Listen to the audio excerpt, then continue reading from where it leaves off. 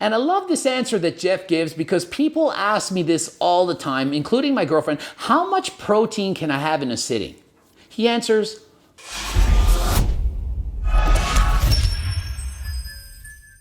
Coach Greg, in today's video, everything you ever wanted to know about protein, how to use it, how much, when, all the questions you've been asked. And so what we're doing is we're going over Jeff Nippard's newest video. He has over 3 million followers. This was a great video. I watched it start to finish. There's an abundance of misinformation on protein. And so it's the hopes of this video to dispel the myths and educate you on protein. And so how much protein do we really need? Well, the World Health Organization says we only need about 0.36 grams of protein per pound of body weight. However, that is only the average amount of protein recommended for the average person to remain healthy. It doesn't have anything to do with optimizing muscle or being an athlete. And so if you don't work out, you don't really care, you're just going through the motions in life, you can get away with about 0.4 grams of protein per pound of body weight. And that is not very much, and unless you're vegan, almost everyone is going to consume that much protein. But if you're looking to optimize muscle building, you certainly need to take in more than that. But how much more? Now, just how much you need depends on if you're bulking, cutting, or doing a recomp phase. And so I'm sure you've heard it by now that the majority of people are going to say 1 gram of protein per pound of body weight to maximize or optimize muscle building. However, does that vary whether you're bulking or cutting? Well, in fact, it does, but just a little bit. And so what if you're bulking up? You're really trying to put on a ton of muscle. You're trying to get massive. You're eating a bunch of protein, joining the gym, trying to get huge. You need more protein in that case, right? Wrong. When you have more macronutrients, calories available, the fat and carbs that you're eating have a protein sparing effect.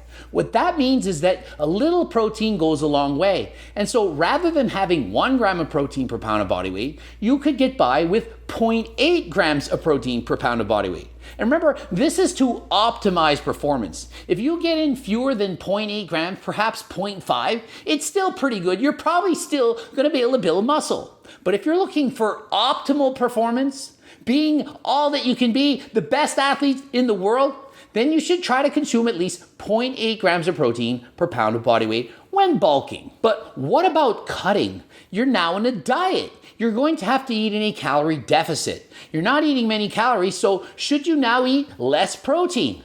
No, this is actually the time to eat more protein. And so as a percentage of total calories, your protein percentage is going to be a lot higher. This is the time that you really need to focus on the protein that you're getting. To eat your protein 3 to 5 times a day, with 5 being optimal. Every meal you get in with more protein makes it easier for body to build muscle, up to a point, up to 5 times a day.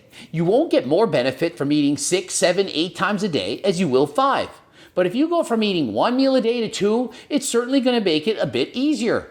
And as you go up 3, 4, and 5 times a day, the law of diminished returns applies here. You're going to get more benefit going from 1 to 2 than from 2 to 3, 3 to 4, and 4 to 5. But I would, however, encourage you to try to eat at least 3 meals a day with protein, with a maximum of 5. And why do we need more protein when cutting or in a calorie deficit? Well, the simple answer is this. When you're cutting on a diet, some of the protein that you're eating is going to be used up for energy. That's right, some of those chicken breasts, egg whites, protein powder, some of that is going to be used as energy rather than building muscle. So because of that, you need to consume more protein to ensure that your body has the amino acids that it needs. You generally need less protein when bulking. Here, the best research recommends 1.6 to 2.2 grams per kilo, or 0.7 to 1 gram per pound per day. And so when bulking, Jeff Nippard's advice, 0.7 to 1 gram of protein per pound of body weight. That goes right along with my suggestion of 0.8 or more. And remember this, it is easy to get enough protein when you're bulking. When you're eating an abundance of calories, all the protein adds up. If you're eating 4,000 or 5,000 calories a day, very easy to get in 200 grams of protein. However, if you're cutting, and in particular if you're vegan, it's going to be a lot more difficult to get in the necessary protein grams than you need. For that reason, I highly suggest you get my cookbooks, the Meatless Cookbook, Cookbook 2.0, the Power 13 book, and so on. Lots of low-calorie, high-protein meals to help you get in the protein that you need. But another thing you can do is add in more cardio.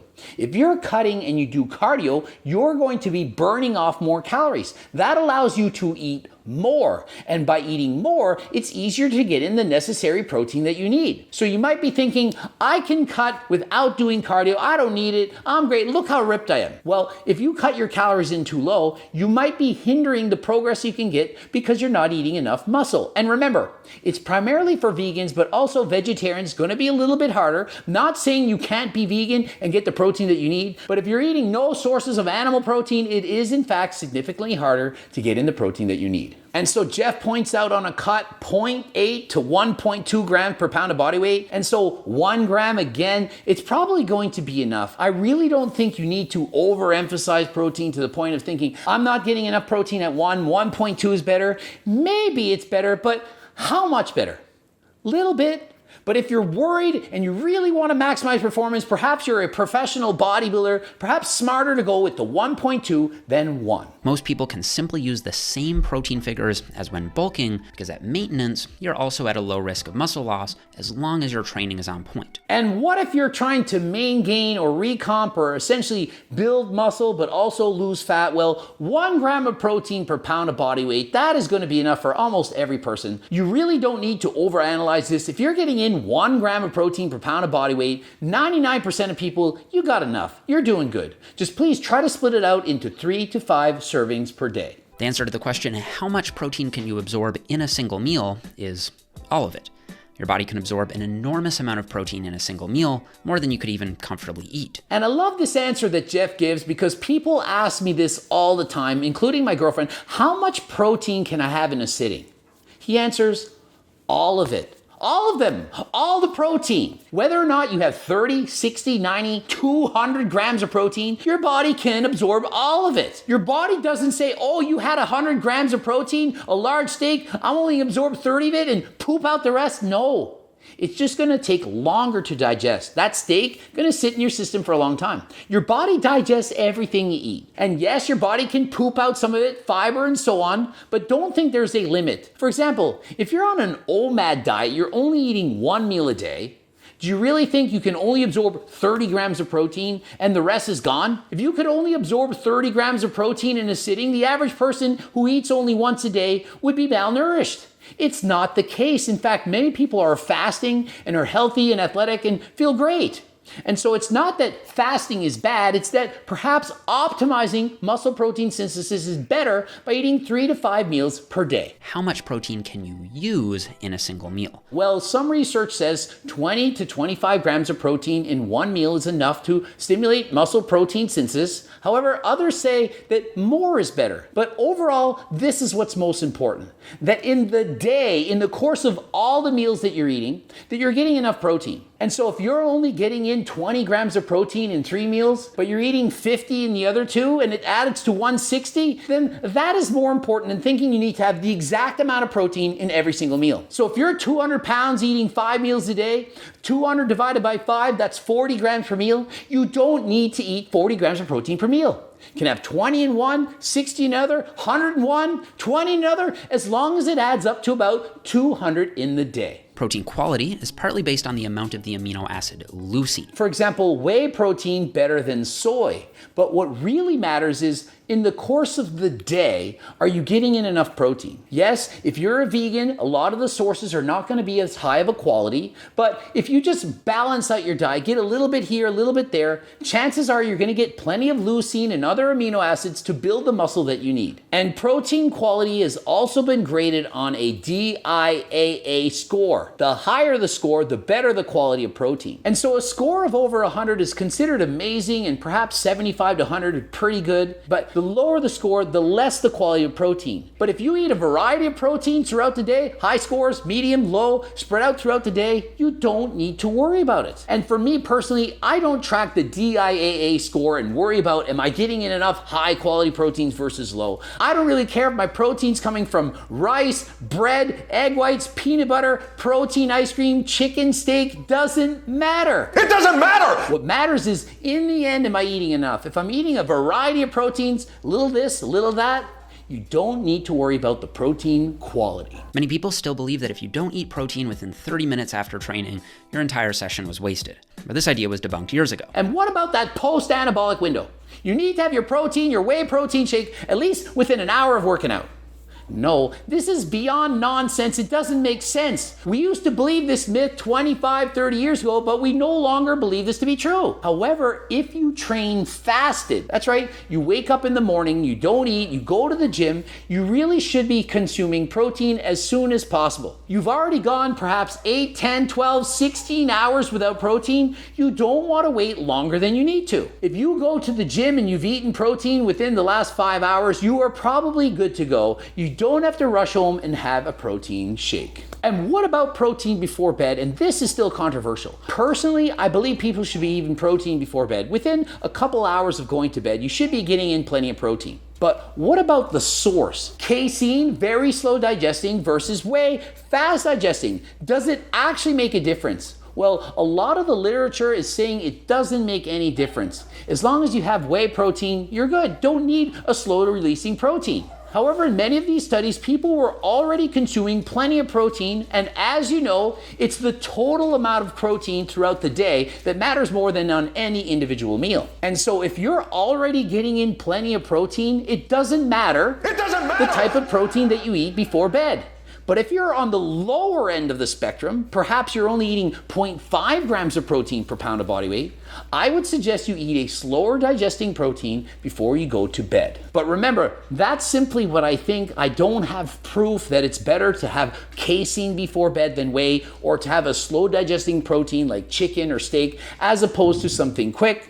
But if you're on the lower end of the protein spectrum, you're not eating very much protein, I do believe it's smarter to have a slow digesting protein before bed. No controlled scientific evidence indicating that increased intakes of protein pose any health risks in healthy, exercising individuals. But I'm worried because I ate way more than 1 gram of protein per pound of body weight. I eat tons of protein, way more than I need. I'm scared about my health because I'm having chicken and steak, tons of this stuff every single meal. The truth of the matter is there's no real risk of this. There's no real danger. Even if you're consuming double or triple the amount of protein that you need in a day, you still don't have to worry. And so oftentimes I do coach people and they'll say, I'm eating double the amount of protein that's recommended. Over 2 grams of protein per pound of body weight. I'm like, you're good. It's okay. Extra protein is going to have a higher thermic effect, typically going to cause you to be more satiated, less likely to overeat or binge, and protein is less likely to be a trigger food for most people. Easy to put the fork down eating 4 or 5 chicken breasts in a row. Most people don't struggle stopping to eat chicken breasts. It's more so chips and ice cream and high calorie dense foods and so on. And so if you do happen to take in too much protein, there really is no such thing as too much protein. It's not unhealthy and perfectly safe for most people. And so what matters in terms of what's the most important thing to focus on in building muscle? Well, Jeff has them in order. Most important, total daily protein intake. Are you getting in 1 gram of protein per pound of body weight? Next up, protein distribution. Are you eating protein in 3 to 5 meals per day? And next up, protein quality. Is most of your protein coming from rice and bread as opposed to chicken and egg whites? And finally, protein timing.